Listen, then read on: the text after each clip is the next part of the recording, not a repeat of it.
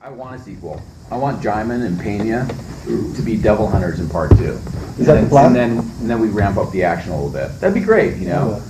I love the movie. If it works and the audience enjoys it too, then that's the plan. That's what we're going to do. Is do a part 2.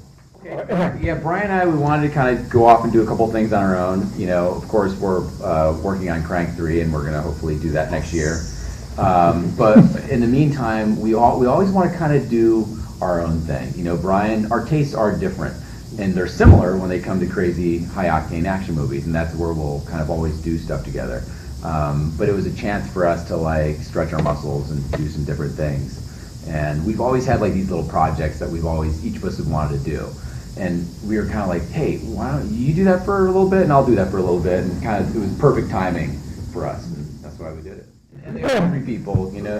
They are kind of 3 entities, and you know, we're both guys with families. I have 2 kids now. Brian has a kid, and schedules aren't always as easy as you think. And it was a lot easier when we were both younger and we didn't, you know, have as much going on in that realm, in the personal realm. The only thing that I did was I just kind of told it from my point of view. I grew up as a kid that went to Catholic school my whole life, and there were things that sort of freaked me out and terrified me, and I thought I'd put those elements in this movie. I also thought it was cool that we did it PG-13 because it was an incredible challenge for me to not just go for the gore and go for the easy jump out of your seat moments. I really wanted to sort of build the tension slowly in this movie. I had to get off rollerblades and put the camera on a tripod. So that, you know, it was nice for me to kind of stretch my muscles and do something differently. But I enjoyed the pace of this movie, and I enjoyed working on performances in this movie. For the first time I ever had the opportunity to do rehearsals with the lead actors. We had a couple of weeks, and I had a chance to work with everybody, and that was really special. It was really, you know, you start to work on their character arcs and those little beats, and you get to block the scene before you're just there on the day. I'm so used to like blocking the scene, just grabbing a handheld camera and shooting it. You know, we were able to design this, and Jerry Fleming, the production designer, was actually able to build that bedroom based on the way we were blocking the scenes. It's unheard of, but it helped, you know. And we were on this was the shortest schedule that I've ever directed a movie on, and the smallest budget, so we had to be really smart about our plan. I wasn't interested in that. It's the easy thing to go to, and I'm sure that some of my audience is expecting that. But what they'll get is an absolutely beautiful girl that gives an incredible performance, and they'll be, you know, excited by that. But I wasn't interested in you know, exploiting sex and an exorcism movie, and I wasn't interested in bashing the church in an exorcism movie. Those things I just didn't want to do. Those felt like it too easy to do. What I wanted was to create a slice of life possession movie and make something really naturalistic. And, you know, I believe in possession, so I've been possessed most of my life. It's interesting because I've kind of crushed genres together before, and I, you know, pathology. People are like, what is it? Is it horror, medical thriller? These things. Yeah, I think the way for me to answer this is I just do it from my point of view. You know, I tried to make things freaky that were freaky to me, and kind of tell my story. And I used the blueprints of Chris Borelli's great script. What's interesting is this was a found footage movie. The script was, okay? And when Lakeshore brought it to me, they said, we love this idea. We think it's a fresh take on possession films, but we don't want it to be found footage, so we need to rework it and make it a cinematic movie and not a found footage movie. So it's actually the first time I've ever been involved with a production that took a found footage movie and did it the other way. I've been involved with productions that said, we have no money, let's just take this great script and turn it into a found footage movie because we have no money. So that was a really cool challenge, you know, for me. I mean, the Vatican does admit that they perform exorcisms, and Pope Francis is involved in exorcisms. I think the reason why, you know, I don't know, people of, you know, that believe in religion and that are that have faith, we're interested in this because we do believe in things like possession. We believe that, you know, the tragic events that are happening around the world, there's something more to that. Those are not random acts of violence. I think we're afraid to look at the truth, that there's something coming, there's something underneath this. And, you know, when you grow up with religion in the Catholic Church, we truly believe in God, and we believe in the devil, we believe in the Holy Spirit, and these things for a young child growing up also creates an incredible imagination. And you add a Latin country to that. That's right. You bring in all those different elements, and it's incredible, and it's fun. But what I find interesting is the people that get sort of most terrified of horror films are the skeptics. That's what's interesting to me. We started off with sort of archive footage, and we cut a montage together to music, and we wanted to sort of make something that told people, get ready for this movie. And then of course we went and we shot some separate elements and licensed some different footage. So the original version we couldn't show you because we couldn't license half. but we were able, and I'm really happy with this. We were able to get an approved photo from the Vatican licensed of Pope Francis in our movie. Wow.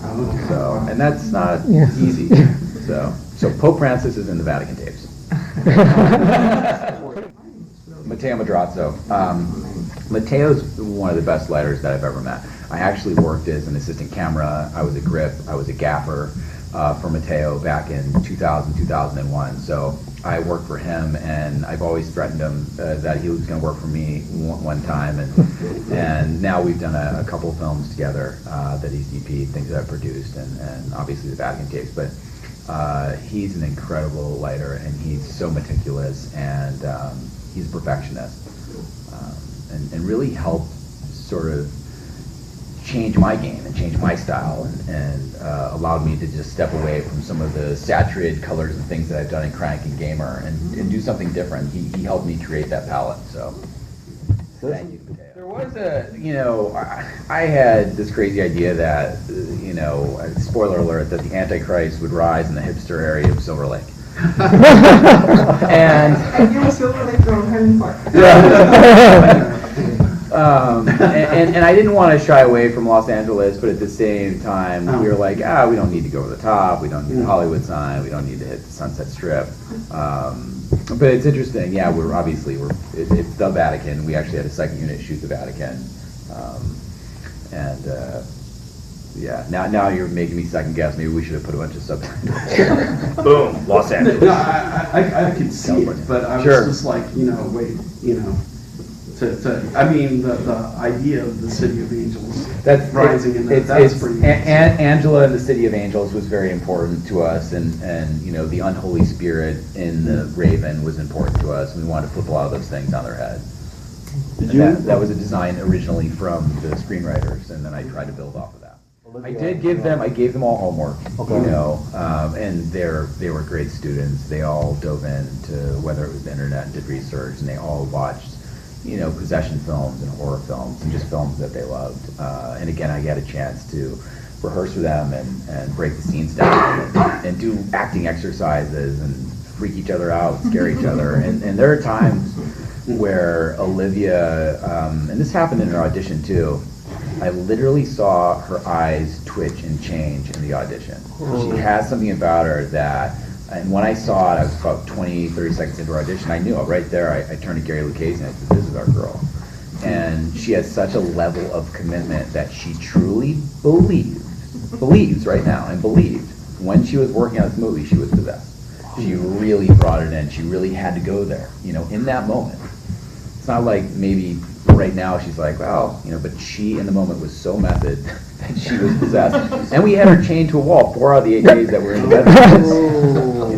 And she wanted that, but she had breakdowns. I don't know if you spoke to her yet, but she broke down a couple of days. And while she's chained to the wall, and it was hard to undo those chains, so she's laying on the floor crying, and Gray Scott is over there comforting her, and John Amadori, and I was thinking, okay, I said, Olivia, do we need to take a break? And she's like, no, I want to just stay in it. And I'm glad she said that, because I didn't want to let her out of the chains, and I wanted to keep her in it because I know that was best for the film. Well, maybe I'm the devil. I don't know. You're right, and it does. I mean, I put them on harnesses. I threw guys against the wall. It was very violent, that end scene.